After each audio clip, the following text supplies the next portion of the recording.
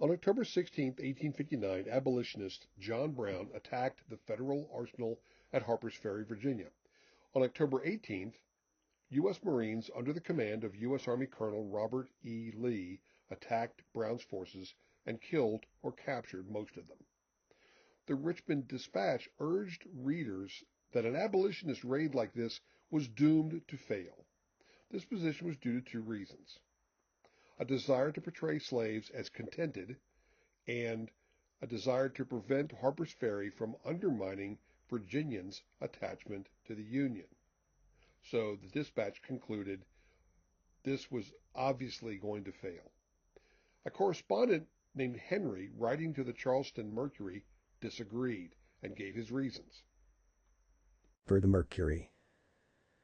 Mr. Editor, the comments of many of the Virginia and other Southern papers on the Harper's Ferry outbreak are quite objectionable, we humbly think, in their language and defense quite as mistaken views of the subject as those expressed in most of the abolition prints that have thus far come to hand.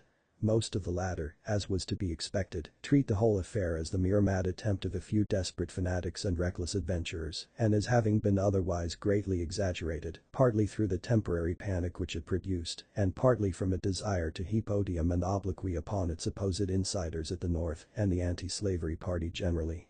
We're surprised to find Southern papers also using this language and treating both the immediate tragic result in the attempt itself as a passing cloud or an insane project which could never have succeeded and was never fraught with much danger except to its planners or the conspirators themselves.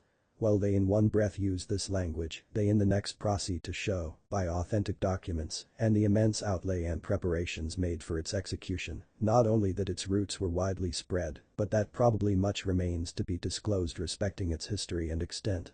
The editor of the Richmond Dispatch, for instance, thus delivers himself both with the positive air of another Sir Oracle and the confidence of a future reading seer on the subject.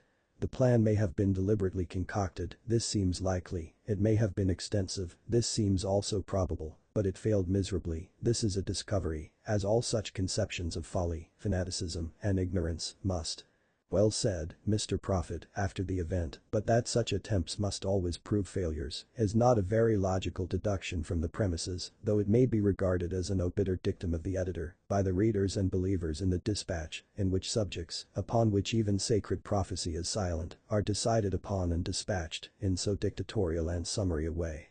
Allowing the end to forget the beginning, he, however, proceeds to state that the New York Herald calls attention now to a letter from Gerrit Smith, published a short time since, in which he said the next movement on behalf of the slaves would be an insurrection. And he pertinently inquires, is this the first act in the program? He next adds, Brown seems to be sanguine of success. He had prepared for business on a large scale. He again says, a considerable amount of correspondence has been found on the bodies of the insurgents and in the farmhouse rented by Brown, but the extent of the developments is not stated.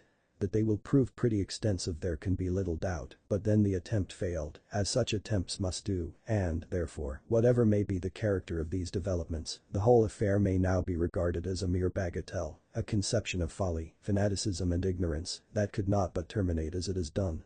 As it was badly planned, all future schemes of the kind must be badly planned, and all future schemes of the kind, therefore, whether badly planned or not, must fail. It would be wise, we humbly think, in the people of the South to view the subject in a somewhat more serious light than the all-knowing editor of the Dispatch does, and at least to await the promised and further developments in relation to it, which will no doubt in due time be furnished to the public before treating, or affecting to treat, the scheme and its planners with contempt, as but too many of the conductors of our Southern papers have done, in the plenitude of their self-confidence, rather than their knowledge of the true character or extent of the scheme, or of the character and designs of those who are at the bottom of it, or who concocted it and furnished the means of carrying it out on a large scale. Henry. Since writing the above we take a following from the New York Journal of Commerce. Extent of the proposed insurrection. The Washington papers say that the anonymous correspondence which seemed to have been so correct in pre-announcing an attack upon the Harper's Ferry arsenal about the middle of the present month of October included also the statement that at two other points there would be a simultaneous outbreak. These places were Wheeling, Virginia and Washington City. H. Charleston Mercury, October 25, 1859.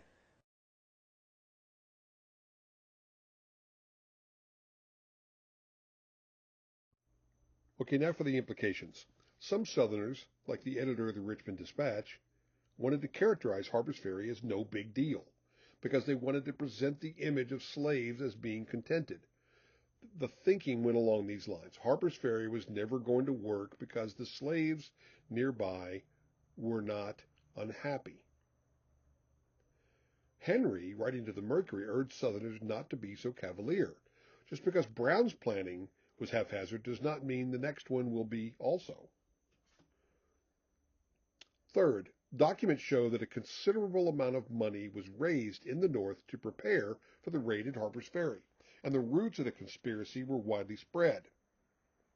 And finally, correspondence from abolitionist Gerrit Smith indicated that the abolitionists were already planning the next attack and that it would be an insurrection. Not a raid to liberate slaves, but an insurrection. An insurrection, such as Nat Turner's, would involve slaveholders as well as non-slaveholders, men as well as women and children. In fact, most of the people who died in Nat Turner's revolt had been non-slave owners.